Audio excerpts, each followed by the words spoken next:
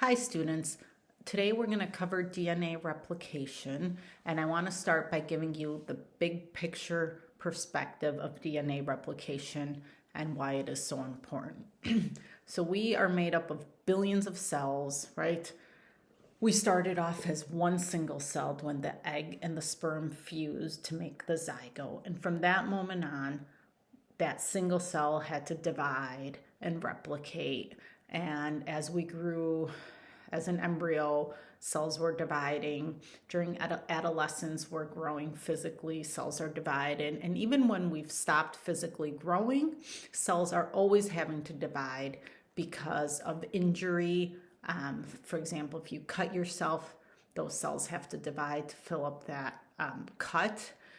Inside our bodies, cells don't live forever, so cells die, new cells have to be formed. And every single cell in our body has the exact copy of DNA.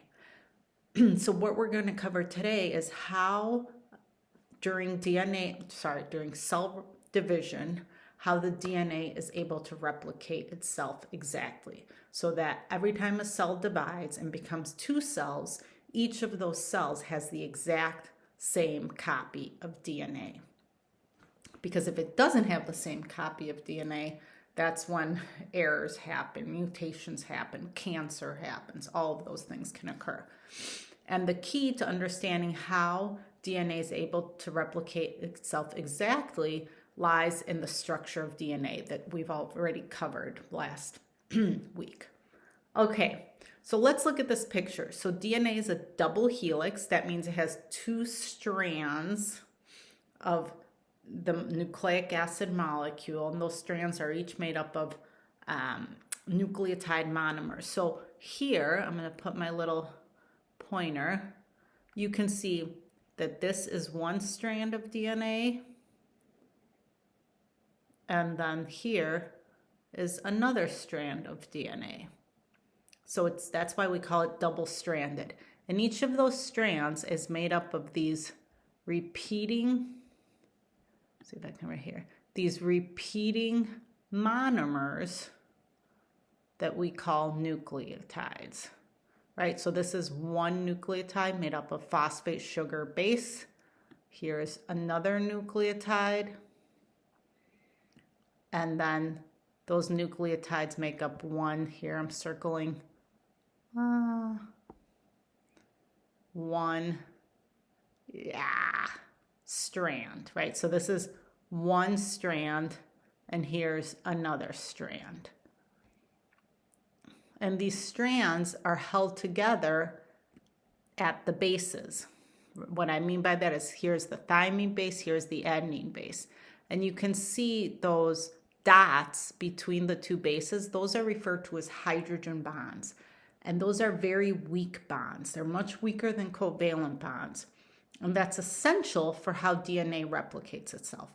Because when a cell divides, right before it divides, the DNA will replicate itself, right? So the DNA is in the nucleus, and initially it just has one copy. It'll have two copies, one for what we call the mother cell and one for the daughter cell.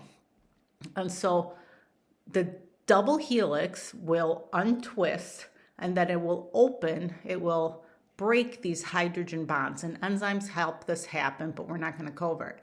So then the two strands are separate, and each of those old strands is going to serve as the template, meaning the pattern that's going to allow the new strand to attach to it, and we will end up with two identical strands. So now I'm going to kind of show you pictures that walk you through this. Oh, I've already said most of this, but let's just go through it. DNA must make an exact copy of itself every time a cell divides. Each strand can serve as a template for the new strand, producing two copies. The double-stranded DNA opens between the hydrogen bonds, right, those between the bases, and new nucleotides pair up with the correct base. And how do they know which base to put? Because of the base pairing rule. T goes with A, G goes with C. And then each new will have an exact copy of the DNA.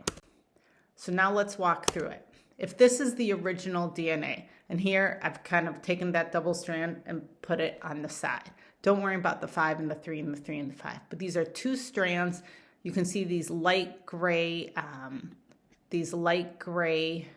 lines represent the hydrogen bonds between the bases. The black lines are the backbone. Here we have the original DNA. What would be the first step? Break those hydrogen bonds. So now the gray lines are done. Now each of these strands is going to function as a template for the new strand. So here it's going to show you how each strand, right, here was this top original strand, here was the bottom original strand. And now a new strand is being made. And how do they know to put a C here, a T here, an A here, an A here? Well, because the original strand has a G-A-T-T. G goes with C, A goes with T, T goes with A. So now we're going to end up making 2 new strands attached to the original 2 strands. And what we're going to end up with is 2 copies of the DNA. Here's 1 copy of the DNA, and here's the other copy of the DNA. But both of these copies are identical. And in addition, I'm going to change my color here. They're both made up of, this one is the old strand. This one is the old strand, right? Old, old. So this copy of DNA has 1 old, 1 new strand. Here's the new, here's the new. Okay, so DNA has to be double-stranded because each of those strands acts as a template for the new one. All right, next we're going to cover the cell cycle, right, which is how a cell divides, the whole life of a cell, in the next video lecture. But before that, also make sure you watch the textbook animations. Take care, everyone.